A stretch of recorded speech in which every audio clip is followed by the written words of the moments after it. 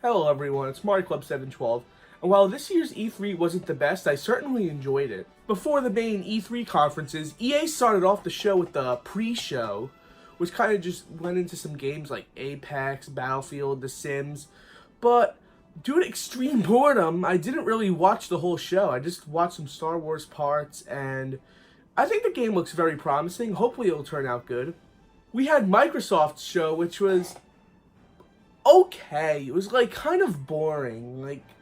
I mean, we didn't get too many major games. We definitely got some good games. We got a new mode from Gears 5. There's this game at the beginning that's kind of like a PvP thing. I forgot the name, but it definitely looks fun. That's probably one of the most interesting games I saw. Halo Infinite looks great.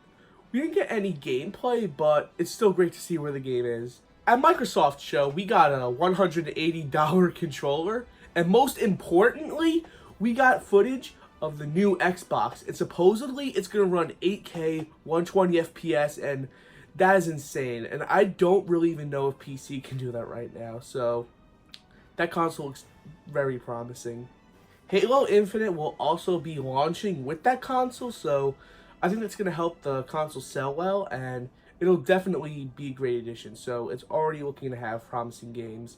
I also heard a credible leak about maybe some Perfect Dark game being in development for that system, so that'll be pretty cool if it happens. The best part about Microsoft's show is they had Keanu Reeves come out on their stage.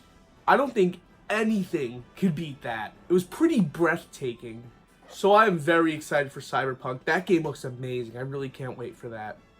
So overall, Microsoft's conference definitely wasn't the best. Next up, we had Sony's show. Oh, never mind. Next up, we had Bethesda's show. And I thought they actually did a pretty good job. I heard some people thought otherwise, but honestly, I like the stuff they revealed. I think Doom Eternal looks amazing. I really cannot wait for that game to come out because I'll play a lot of it. I think that's all I can think of. Oh well. We got Fallout 76 Battle Royale. You all wanted that, right? And don't forget that Skyrim mobile game coming to the Switch. I'm not even joking. Those were like the only three things I can remember them revealing. Doom, stuff from Fallout 76, and that mobile game. So I will be right back.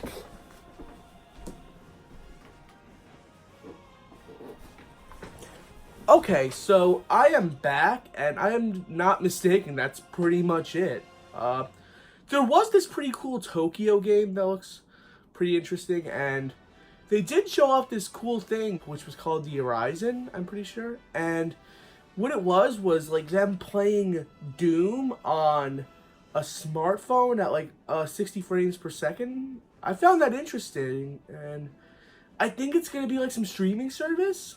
That's cool. I'm interested in that. But other than that, the show is pretty forgetful. There's no really important moments I can remember other than some guy screaming on stage and Todd Howard accidentally leaving his mic on during the Skyrim Online reveal.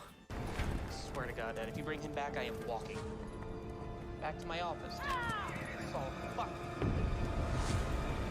The next day on Monday, we had Ubisoft's show, and I thought they did pretty good. I mean, I like the new Watch Dogs game. The new Watch Dogs game looks so good. I like how you can play as anyone you want, and anyone can be a hero. That's one of the main things I like about that game. They showed some cool new Ghost Recon stuff.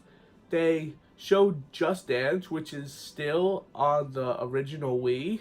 And Ubisoft also started off the show with the band based on Assassin's Creed called Assassin's Creed Symphony. And I honestly thought it was a new game at first until I realized it was just a band. We didn't get any new Assassin's Creed game. I feel like the show would have been better if Ubisoft just dropped new Assassin's Creed Yeezys. Then we had Square Enix's show, which was probably my second or third favorite show this E3 because it was just so amazing. And the main highlight of that show was Final Fantasy VII Remastered. That game is going to be fantastic. It looks so good. It looks action-packed. I love the new gameplay style. It has what is it called? real-time action. Yeah, that's what it's called. I really can't wait for that. It looks so cool. I'm definitely going to pre-order that game. There was also some other cool announcements, but nothing as great compared to Final Fantasy VII. Next up, we had the saviors of E3, and that is Nintendo. Nintendo had such an amazing show with so many good games. Like, there's going to be No More Heroes 3, Zelda, Link's Awakening, that game looks so good. Animal Crossing New Horizons, and we're even getting a sequel to Breath of the Wild. I thought it was an expansion at first, and I was so surprised to see that it was a sequel. I cannot wait for that. And one of the greatest parts of the whole show is we are getting both Banjo-Kazooie and Erdrick in Smash Bros. I really cannot wait for them to be in this game. They look so good. They're just going to play so amazing. I really, really wanted Banjo, and he's finally in the game, so that makes me really happy. And I think Erdrick actually looks really cool too, or the hero or whatever. I think he has a really unique moveset. So finally, this really wasn't the best E3. While there were some great games, it just wasn't as great as other E3 shows in my opinion. So overall, I think I'm going to give this E3 a 7 out of 10. I hope you enjoyed my E3 discussion video. Thanks for watching. Please don't forget to like and subscribe.